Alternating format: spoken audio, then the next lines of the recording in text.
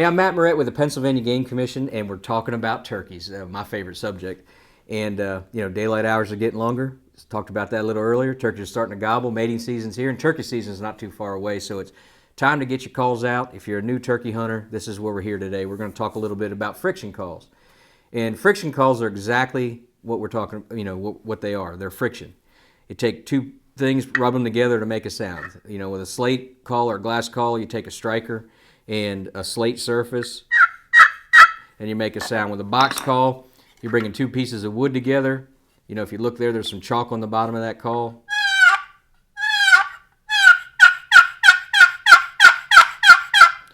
Box calls are probably responsible for a whole lot of turkeys to come into range over the years. The box call, the tone, the slate call, the tone is built right into that call. It already sounds like a turkey.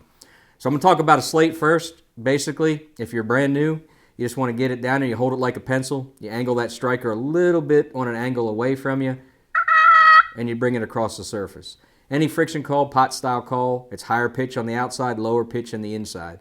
The best way to make that yelp, the general communication of all turkeys, is make a small circle. Getting that high and low note. Less pressure. Soft stuff, obviously more down pressure is louder. Gonna grab the box. Again, we're bringing it across high in the low.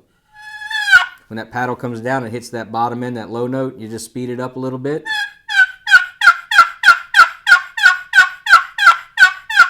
One thing you can do to soften a box call to make it soft is take your fingers, put it on that sideboard, and it cuts down a little vibration.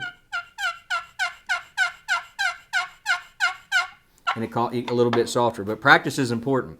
Hey, stay tuned to the next part. We're going to get a little bit more in depth with friction calls.